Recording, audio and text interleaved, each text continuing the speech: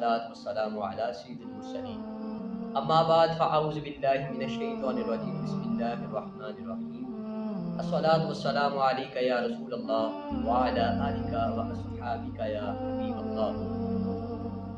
ہمارے معاشرے میں نکاح کرنا بہت ہی مشکل ہو چکا ہے۔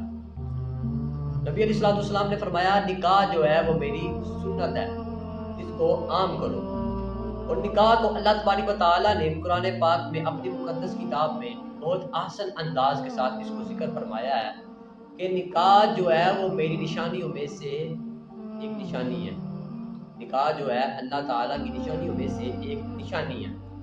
سب سے پہلے نکاح کے لیے کیسے مرد اور کیسی عورت کا انتخاب کرنا چاہیے۔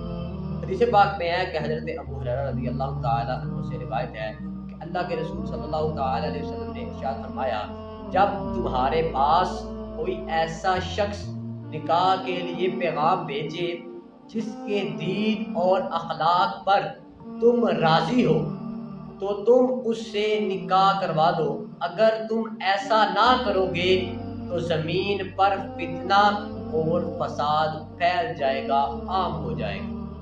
یہ تھا مرد کا حکم، مرد کو کیسی شادی کا انتخاب کرنا چاہیے۔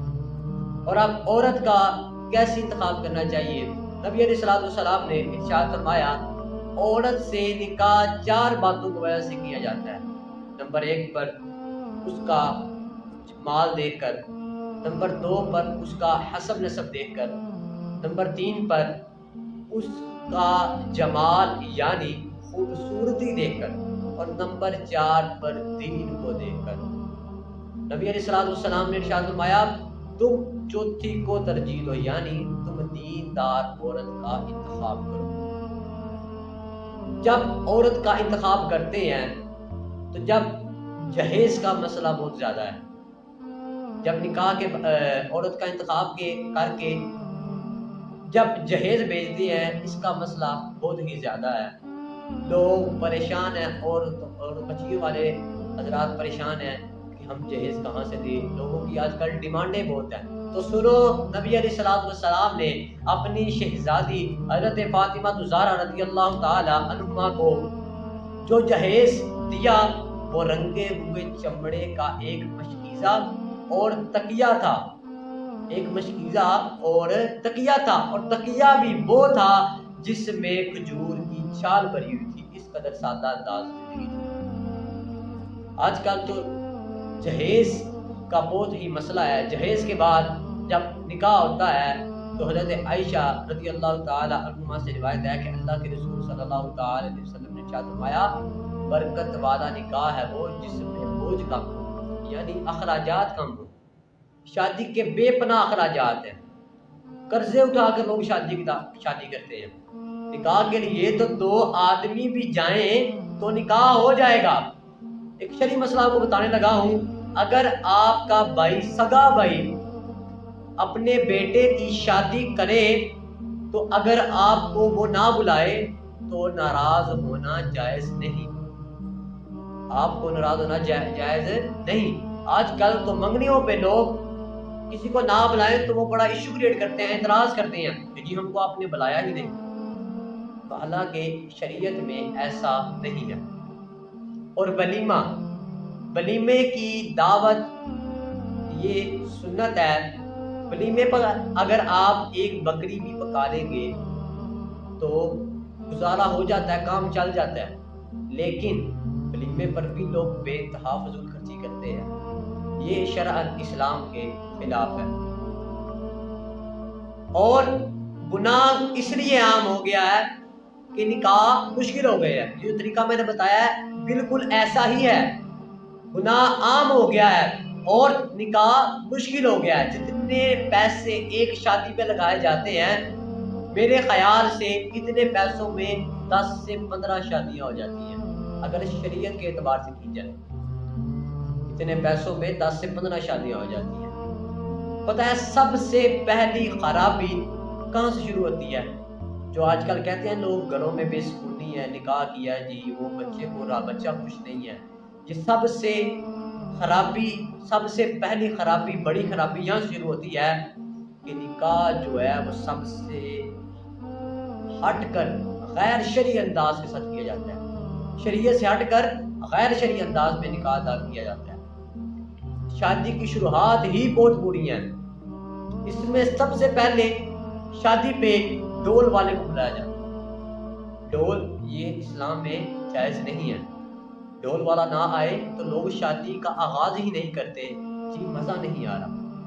یہ اسلام سے دوری کا سبب یہ بھی ہے کہ شادیوں پہ ڈول جو ہیں اس کو اور مووی کو فرض کفایہ سمجھ لیا ہے۔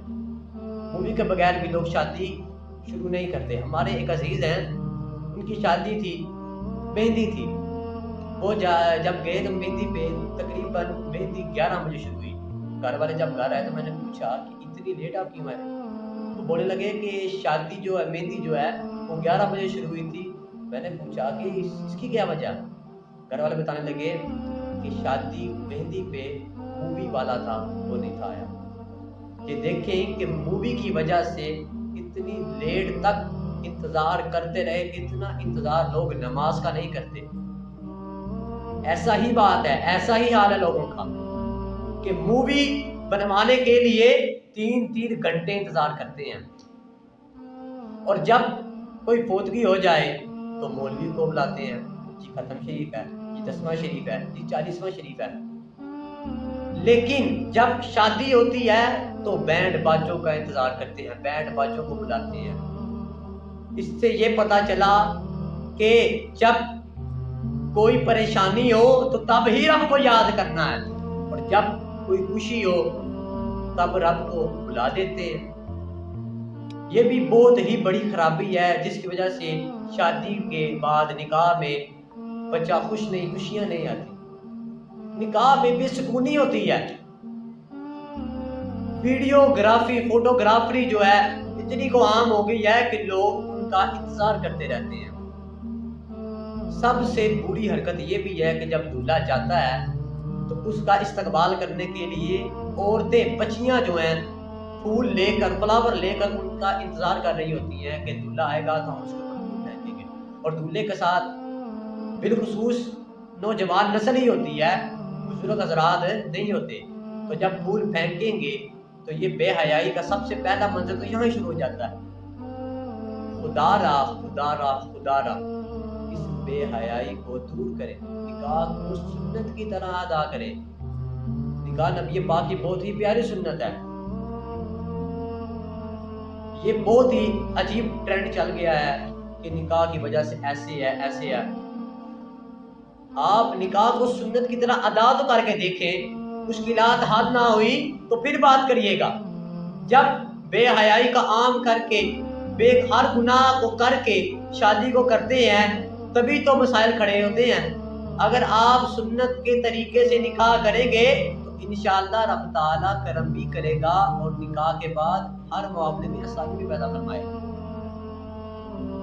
اور حق مہر کا بھی بہت مسئلہ ہے، جو شرعی حق مہر ہے۔ حضرت عقبہ بن عمر رضی اللہ تعالیٰ عنہ سے روایت ہے کہ اللہ کے رسول صلی اللہ تعالیٰ علیہ وسلم نے ارشاد فرمایا، بہترین حق مہر وہ ہے جو آسان ہو، جو تھوڑا ہو۔